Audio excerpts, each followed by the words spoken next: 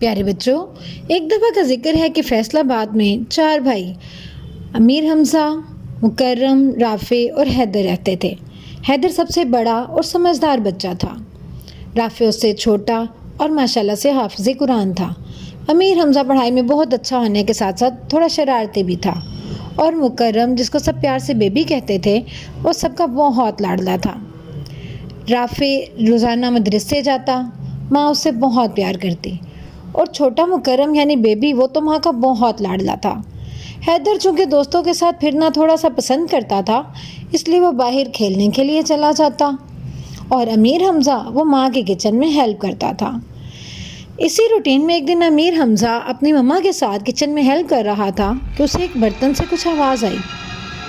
اس نے اپنی مما کو کچھ نہیں بتایا، بلکہ اس نے کان لگا کے پلیٹ سے سننے کی کوشش کی، تو اس کو کچھ اس طرح کی آواز آئی، کیا تم چاہتے ہو میں تمہاری ہیلپ کروں؟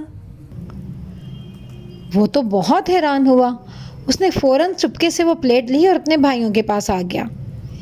اس نے جب اپنے بھائیوں سے کہا کہ یہ پلیٹ بول رہی ہے تو ان کو یقین نہیں آیا، لیکن جب اس پلیٹ کو انہوں نے درمیان میں رکھا، سب اس کے ارد گرد کان لگا کے سننے لگے، تو واقعی میں آواز آئی۔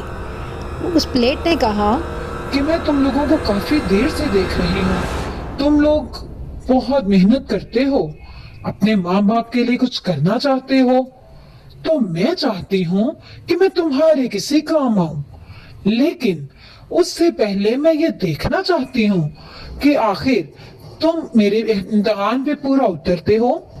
میں تم لوگوں کے صبر کا امتحان لوں گی۔ اگر تم میرے امتحان پہ پورا اترے تو اس سے تم لوگوں کو بہت فائدہ ہوگا۔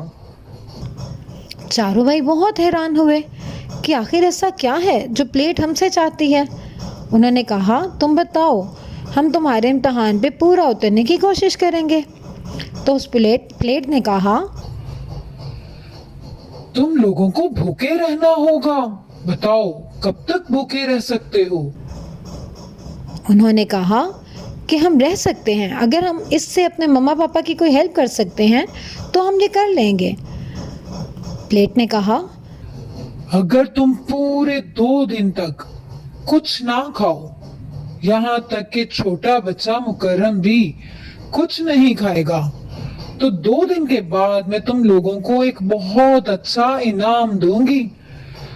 اب تم لوگ دیکھ لو، تم لوگ ایسے امتحان پہ پورا اتر سکتے ہو؟ تو ان چاروں نے فوراً کہا، ہاں ہاں، کیوں نہیں، ہم 2 دن بھوکے رہ سکتے ہیں، بس مما پاپا کو سمجھانا ہوگا۔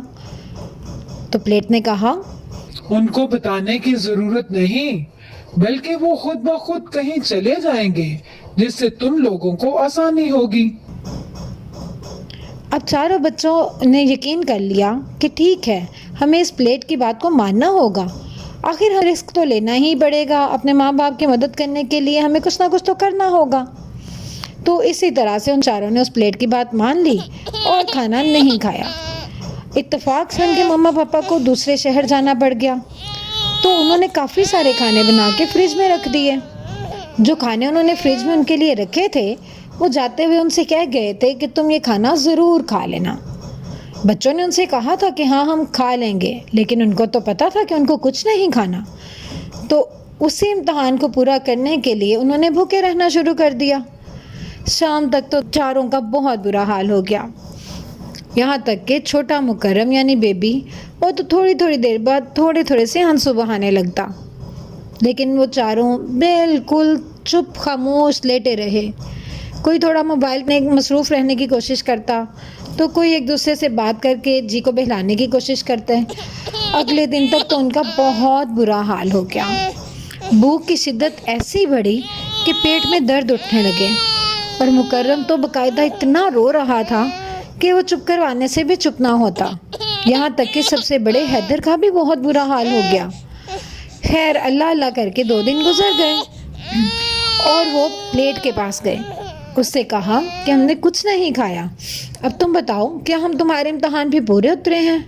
تو پلیٹ کہنے لگی، ہاں بالکل، تم لوگوں نے اپنا وعدہ پورا کر دکھایا ہے، اور اب تم میرے امتحان پہ پورے اترے ہو، اس لیے اب میں تم لوگوں کو انعام دوں گی،